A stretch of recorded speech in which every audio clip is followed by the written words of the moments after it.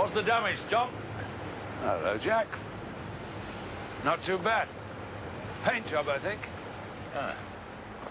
Oh, we should be able to fit her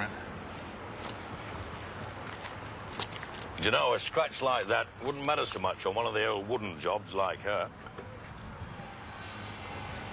They're real love, aren't they? The wooden boats. Well, as far as I'm concerned, it's what it's all about. They've been building wooden ships in this yard, Tom, since 1774. You've been doing it a fair time yourself. Oh, since I was a lad. Came here as an apprentice. Bill and I started together. Didn't we, Bill? Yeah. Learned our job from the old-timers.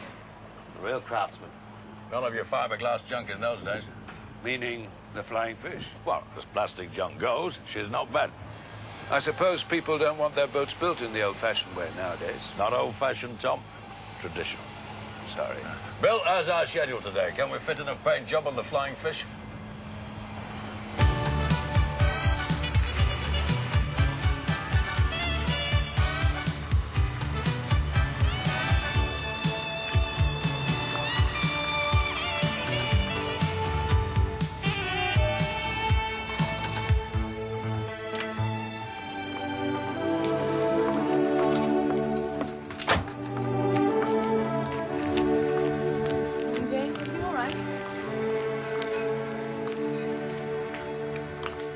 You promised first delivery, right? Now, when I say first thing, I do not mean 11 o'clock in the morning. Yeah, well, that is your problem, mate, not mine. Yeah, well, make sure you do. There's plenty of other firms besides yours. Morning. Sorry about that. Very nice. I bet you didn't get that round here. No, it came from London, actually. I don't suppose you're wearing it for my benefit either. Going somewhere? I'm going out to lunch after this. Lucky guy. Girlfriend. Oh. Must be true what they say, then, that women dress to impress other women and only undress to impress us. I'm sorry, I forgot. You don't go for my jokes. I never said a word. Oh, you don't have to. You just tighten your lips. Vulgar earth. You should have stayed on his barrow. Okay. Morning, Sue. Good morning, Sarah. Had a good weekend? Yes, lovely, thank you. So, your old man's King Pinnigan. What? Commodore's Cup. Oh, yeah. Oh, don't tell me you'd forgotten. He's quite the local hero. Well, rather a lot's happened since then. Oh? Tom's been made redundant. Oh, I did wonder. I heard Southern Aviation were cutting back, but as you hadn't said anything... Yes, well, I didn't know. He only sprung it on me last night. Hell's teeth. Has he got something else lined up? Not yet. He's looking around, you know. Does this mean a cut in the Howard standard of living? Oh, not if I can help it. I was wondering if I could do some extra hours here. Haven't I been begging you to come full-time? How long do you reckon it's going to be? Oh, we'll give you a ring when she's ready, Tom. Thanks, Jack. Okay. See you later, then. Yeah, bye.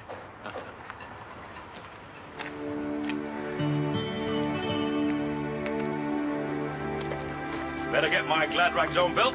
I'm lunching with the bank manager. Well, good luck, Jack.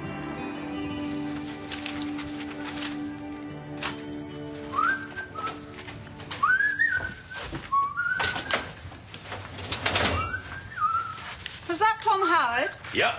Paint job on the flying fish. Oh. Well, don't overcharge him. Well, he can afford it. He's a fat cat with Southern Aviation. Not anymore. He's been laid off. Bumped into him last night. Oh, poor devil. Might even do the job for nothing. A few quid won't make much difference to us. It's 100,000 we need. That's just to pay off the bank loan. Hope Laurie Meadows is in a magnanimous mood, Dad. Ah, no problems there, Avril. I'll ply him with a few branders. It usually comes up trumps. I wouldn't count on it. Oh, and Dad, if you want to impress him, I'd change out of those gumboots. Oh, right. It won't be just secretarial work. I've got an idea, Brewing. When didn't you have? You might just fit in with it. How intriguing. Yes. This could be a blessing in disguise. For you, perhaps. Oh, I'm sorry. So, what's this famous idea, then? Well, I won't go into it just now. There are one or two loose ends. We'll discuss it tomorrow. All right. But rest assured, there's plenty of work for you here whenever you want. Thanks, Ken. That's really nice to know. Well, I never. What's that supposed to mean? Oh, Jan Howard, even considering going full-time, I nearly split a gut when you said you do 2 mornings a week. Well, you asked me to. Well, you say those things at parties. I didn't expect you to take me up on it. Must have been something they put in the pimps. Or my fatal charm. I think it was the thought of doing something different. It won't make all that much difference. No, I imagine we'll continue to live in modest affluence while millions starve. Oh, not that tape again. Well, think what it's like for some people in these circumstances. So we trade in the Jack for something cheaper, or do without a steak once a week. It's not the end of the world, is it? It's the end of Dad's world. I'm not sure it's a world he liked all that much. Reminds me, I must get down the job centre. Are you serious about chucking in Exeter? I was never cut out for that academic bit. Anyway, it's all so irrelevant. What's so irrelevant? Us. Leo's on about real people again. Shut up. I've made some sandwiches. Anybody fancy a picnic?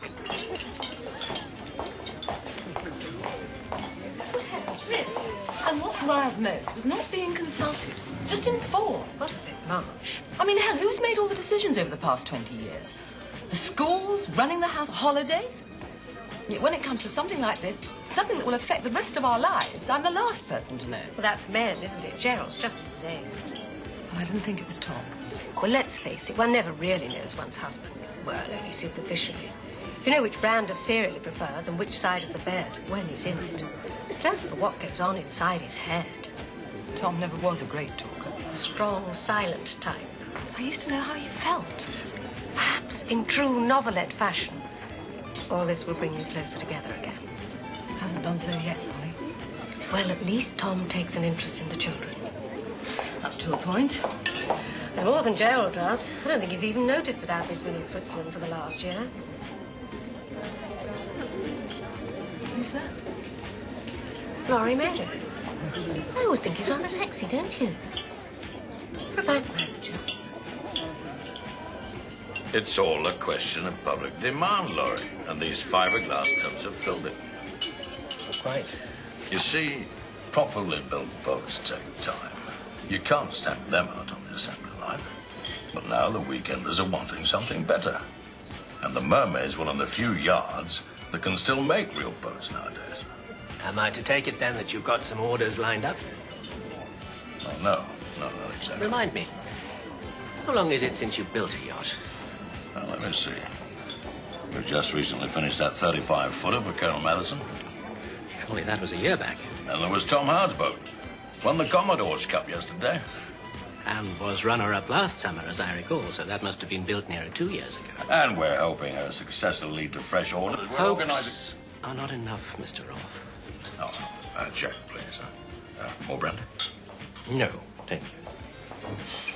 You see, my local head office has instructed me to call in your company borrowings unless you can show substantial income in the immediate future. Well, you can reassure them there. We have a large repair contract coming in. German customers. 3 boats built by us back in the 50s. Badly damaged hulls. They should bring in enough to keep your bosses happy. I take it there's a contract in existence. Well, it's early days, but they're reliable people. In other words, no. Not yet, but it'll come through. You see, it's normal trade practice for boats to be repaired in the yards they were built, so... I'm afraid that will not satisfy my local head office. But They insist on having definite assurances in writing. Are you able to provide such assurances? Not at the moment, no. In that case, the bank will be writing to you formally within the next few days. Oh, no, just hang on a minute. They can't do that. We have no alternative. Look, will you just give me a few weeks leeway? I'm Jack. sure I'll... We've already given you time, more than we would most clients. Well, there must be something you can do.